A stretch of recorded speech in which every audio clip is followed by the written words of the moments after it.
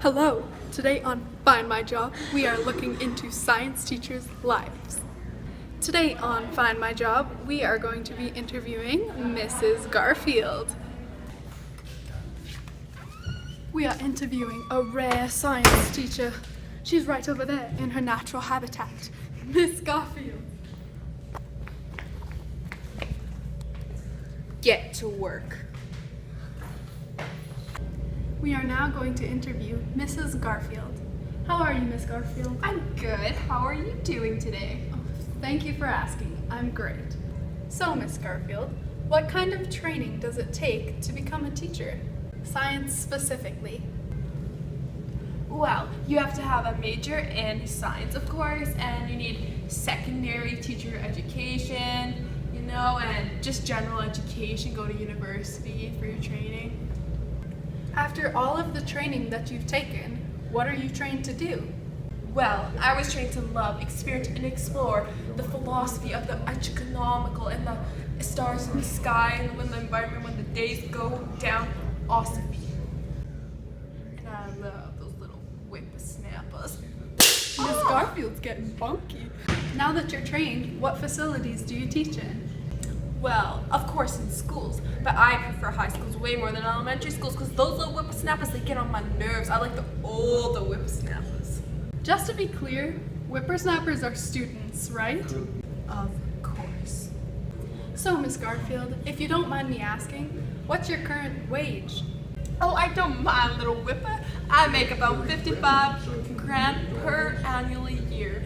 But there's a wide range for each kind of teaching job you have. So it can range from 35,000 per annual year to 90,000 annually per year. Is there any baggage that comes with this job? First off, those little whippersnappers, I tell you, they just cause stress to me and my life. I take it home with me after. Do you take your job home? I don't think so. Look at all these corrections and mocking after you. Like that student over there, he's staying after hours. He is a bad boy. And I tell you something, this stapler, it was fun. Oh, I'm so sorry to hear that. It seems like you've got a lot on your plate. So, are there any safety hazards or concerns that comes with this job? First of all, kids these days don't know how to waft anymore. They just breathe right over the chemicals. That ain't safe at all. Scissors, they're rubber scissors, I tell you. And those dress codes, girls, you're distracting the boys from doing their biodical tables and periodical tables. Okay. So, what other professionals do you work with? Of course I work with other people. I work with those other teachers. They don't know how to teach. Work with the board members. Ugh. Board members, aka board. The office ladies, the principals. You just can't handle them. There's only one teacher that doesn't get on my nerves. What's her name? Miss Herbert. Oh, she's so great with the kids and she gives good marks, I tell you. As a science teacher, are there new science rules that you need to keep up with? And would you like to further your academic career? What the heck's flying? It's a mosquito. Sorry about that. Back to the interview. Well, I could go back to university, get some couple diplomas, move up in the line of teaching, but I like where I am right now. It's nice. Is there any professional or licensing requirements that you have?